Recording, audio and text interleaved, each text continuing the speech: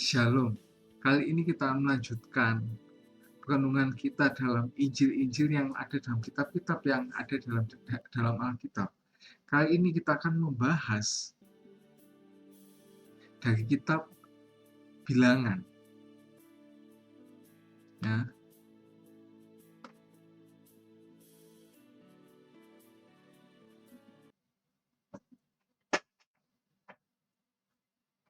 Kitab Bilangan itu sebenarnya kenapa sih kok namanya Bilangan? Karena itu ayat kata pertamanya itu akan menghitung jumlah orang Israel yang itu berhasil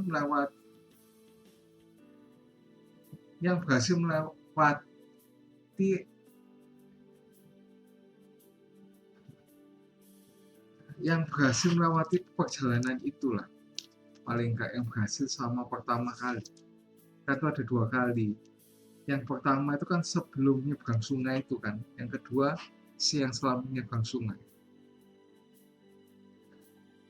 Nah, kita Bilangan ini itu menceritakan perjalanan bangsa Israel di padang gurun menuju tanah perjanjian. Nah, karena itu penerapan khususnya relevan untuk kehidupan di padang gurun. Dengan berakhirnya penindasan Mesir dan di tanah Kanaan yang melimpah, padang gurun adalah tempat transisi dan ujian. Oleh karena itu, inilah saatnya umat Tuhan harus menjalankan iman, percaya setiap hari pada bimbingan dan penyediaan Tuhan pada kita.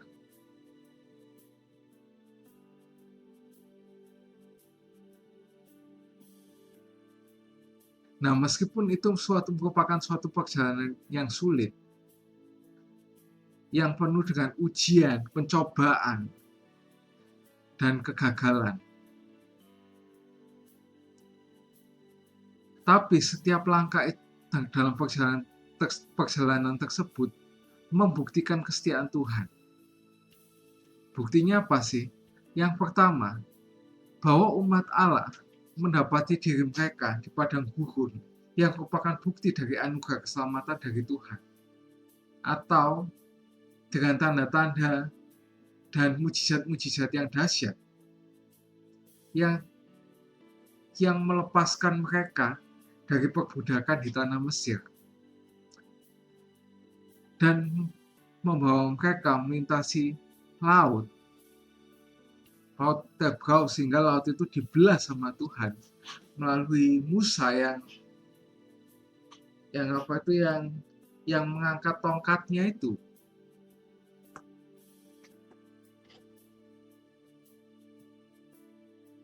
Yang kedua, yaitu perjalanan melalui padang gurun menuju Kanaan ini sendiri merupakan bagian penggenapan janji Tuhan yang penuh kasih karunia yang Ia sumpahkan kepada Abraham, Ishak, dan Yakub, seperti yang ada di Kejadian 12 ayat 1 dan yang ke-7, Kejadian 26 ayat yang ke-2 sampai ke-4, dan Kejadian 35 ayat yang ke-12. Nah, kita bisa simpulkan di sini bahwa kita sebagai orang Kristen yang telah dilepaskan dari belenggu dosa dan dibawa melalui air baptisan ke dalam kehidupan siaga gereja. Selanjutnya yang ketiga, karena janji-janji ini, umat Allah di padang gurun dapat benar-benar berkata, seperti yang ada di Mazmur 23 ayat pertama, yaitu Tuhan adalah gembalaku. Karena Dia yang menyediakan bagi mereka persediaan air dari bukit, batu, mana, dan burung puyuh. Tuhan melindungi mereka dari musuh. Tuhan menopang mereka sehingga pakaian dan sandal yang mereka pakai tidak rusak selama 40 tahun.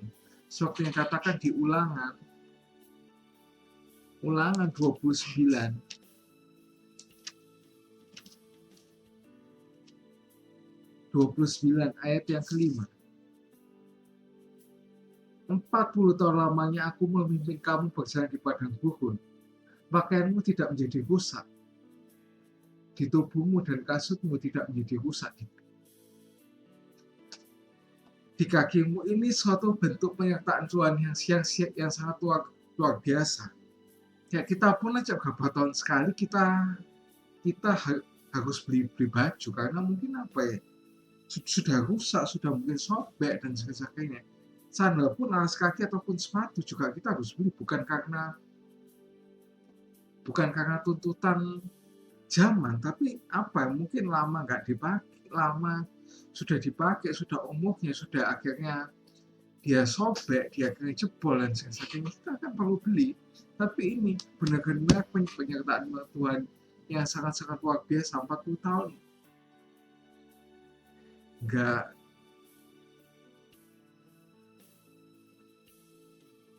rusak loh. Terus yang keempat, berada di antara umat Allah di padang gurun. Itu artinya apa sih? Yang pertama, Tuhan Allah berdiam di tengah-tengah mereka. Kemahnya Tuhan maksudnya didirikan tengah-tengah perkemahan orang Israel. Itu apa? Berbentuk apa? Tiang awan dan tiang api. Suatu tanda pasti ada akan keinginannya untuk berada bersama dengan umatnya. Terlebih apa? Untuk menebus dosa mereka dan untuk membimbing mereka ke negeri yang berlimpah susu dan madu, yaitu tanah Kanaan. Kalau kita itu Kanaan surgawi, yaitu langit dan bumi yang baru.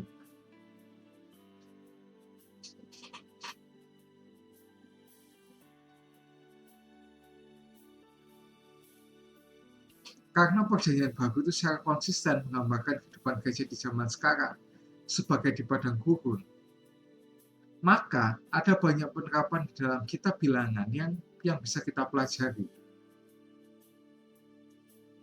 Orang Kristen adalah orang yang telah dibebaskan dari belenggu-belenggu dosa dan dibawa melalui air baptisan yang baik itu secara terserah gereja.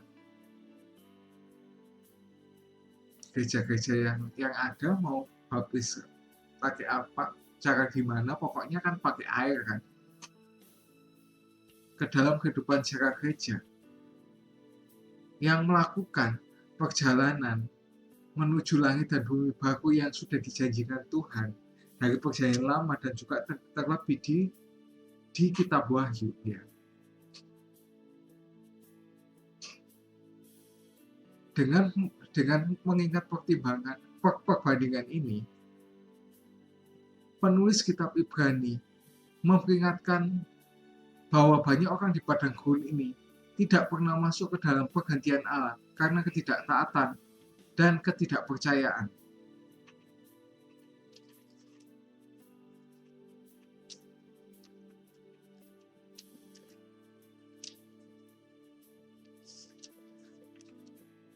Itu seperti yang katakan di Ibrani 3 ayat 7 sampai Ibrani 4 ayat yang ke-13. Nah, ini ayatnya di sini kita baca dari Ibrani 3 ayat 18 sampai 19. Dan siapakah yang telah ia sumpahi bahwa mereka tak akan masuk tempat pergantiannya? Bukankah mereka yang tidak taat? Demikianlah kita lihat bahwa mereka tidak dapat masuk karena ketidakpercayaan mereka. Kita baca lagi kelanjutannya di Ibrani 4 ayat 9 sampai ke 12 ayat yang ke-11. Jadi masih tersedia suatu pergantian, yaitu hari ke-7 bagi umat Allah. Sebab barang siapa telah masuk ke tempat pergantiannya, ia sendiri telah berhenti dari segala pekerjaannya, sama seperti Allah yang berhenti dari pekerjaannya. Karena itu, baiklah kita berusaha untuk masuk dalam pergantian itu, supaya jangan seorang pun jatuh karena mengikuti contoh ketidaktaatan itu juga. Rasul Paulus juga menjelaskan bahwa angkatan di padang gurun itu menjadi teladan bagi kita.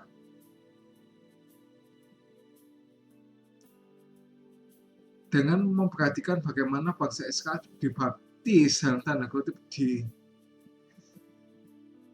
laut dan makan makanan rohani. Dan ya betapa semua itu sangat-sangat luar biasa.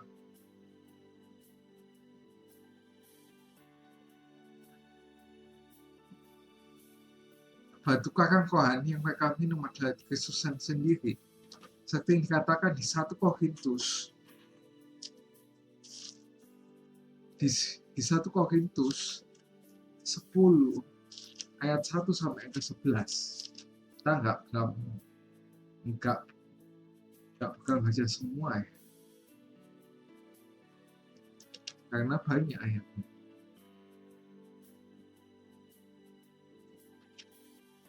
Kita nggak akan baca semua.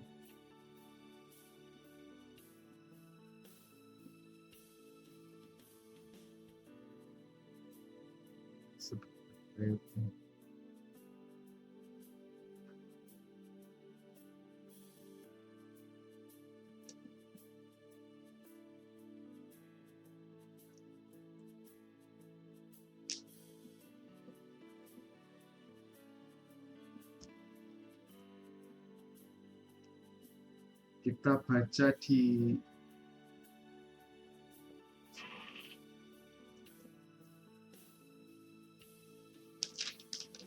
ayat yang ke berapa ya?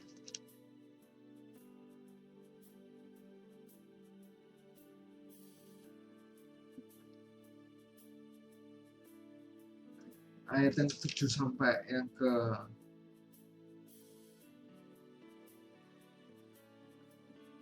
8 aja ya. Tengoklah yang nyata di depan mata kamu. Kalau ada yang keliru. Ini 2 Korintus. Makanya tadi kok bingung ayatnya kok begitu. Ya.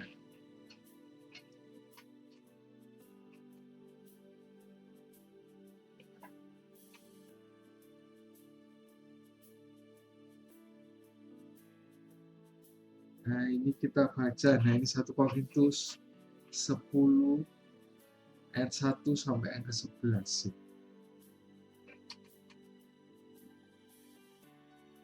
Nah, ini kita baca dari yang pertama sampai yang kelima aja. Aku mau supaya kamu mengetahui saudara-saudara bahwa nenek moyang kita semua berada di bawah perlindungan awan, dan bahwa mereka semua telah melintasi laut.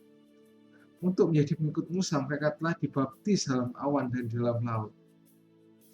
Mereka semua telah makan makanan rohani yang sama, dan mereka semua minum minuman rohani yang sama, sebab mereka minum dari batu karang rohani yang begitu mereka. Dan batu karang itu ialah Kristus. Nah, jadi pada akhirnya mereka yang tidak masuk ke tanah perjanjian gagal melakukannya, karena mereka mengabaikan kekuatan Allah yang disediakan untuk perjalanan di padang gurun, yaitu Kristus. Kita sebagai orang percaya di padang gurun yang dirundung oleh tipu daya dan bujukan dunia, kita harus memanfaatkan dalam tanda kutip sarana kasih karunia yang disediakan Tuhan untuk menopang kita sepanjang perjalanan ini. Melalui perjalanan sabda dan sakramen-sakramen, Kristus telah memberi makan dan memelihara kita dengan jiwanya, dengan dirinya sendiri, yang juga membekali kita dengan rahmat untuk terus maju dalam harapan yang penuh sukacita Tuhan.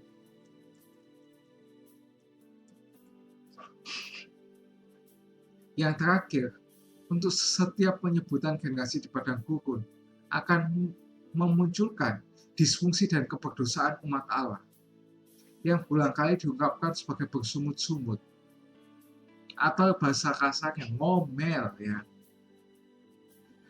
terhadap Tuhan. Meskipun banyak orang Israel yang dihukum karena pemberontakan mereka. Pesan utama kitab Bilangan ini adalah bahwa karena kasih Allah yang panjang sabar terhadap mereka, tidak ada yang lebih baik daripada menjadi bagian dari umat Allah.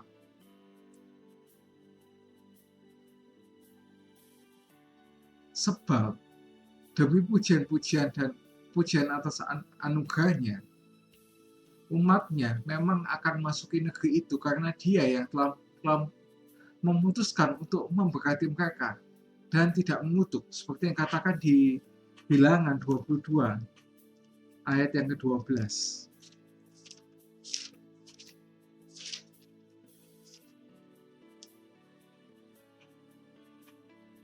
Lalu berfirmanlah Allah kepada Bileam, janganlah engkau pergi bersama dengan mereka, janganlah engkau mengutuk bangsa itu sebab mereka telah diberkati. Dan juga di pasal yang ke-23 ayat yang ke-20, ketahuilah aku mendapati perintah untuk memberkati, dan apabila dia memberkati, maka aku tidak dapat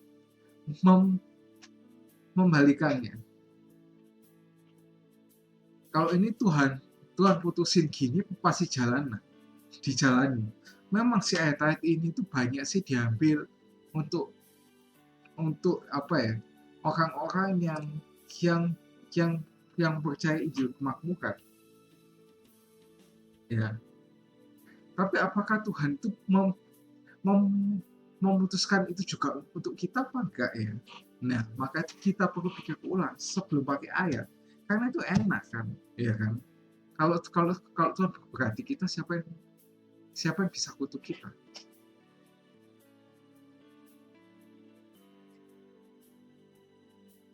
Dengan tambahan penjelasan yang diberikan oleh Perjanjian Baru mengenai kasih karunia tersebut, gereja dengan lebih jelas memahami bahwa Allah mampu memberkati umatnya melalui pergumulan mereka dalam melawan dosa, dan hanya karena melalui karya Yesus Kristus. Melalui ketaatannya yang benar di padang gurun, maksudnya ketaatan Tuhan Yesus di padang gurun, seperti yang dikatakan di Matius 4 ayat 1-11, dan melalui ketaatan dalam kematiannya yang menebus dosa-dosa kita di atas kayu salib, umat Allah pasti akan memasuki kemegahan abadi ciptaan baru. Jadi, melalui semua badai yang gereja selama berabad-abad, umat Allah masih layak menerima pengakuan Bileam yang tergilami, yaitu betapa, seperti yang katakan di Bilangan 24 ayat yang ke-5. Alangkah indahnya kemah-kemahmu, hai Yakub, dan tempat-tempat kediamanmu, hai Israel.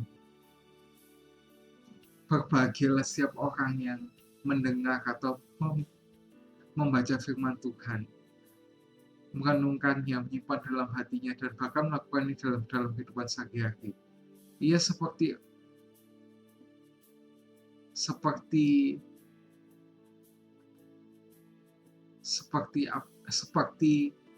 orang yang membangun rumah di atas batu, dan apabila ada angin yang menerjangnya, rumah itu tidak akan roboh. Jangan lupa like, subscribe, dan share jika kalian terberkati dengan konten ini.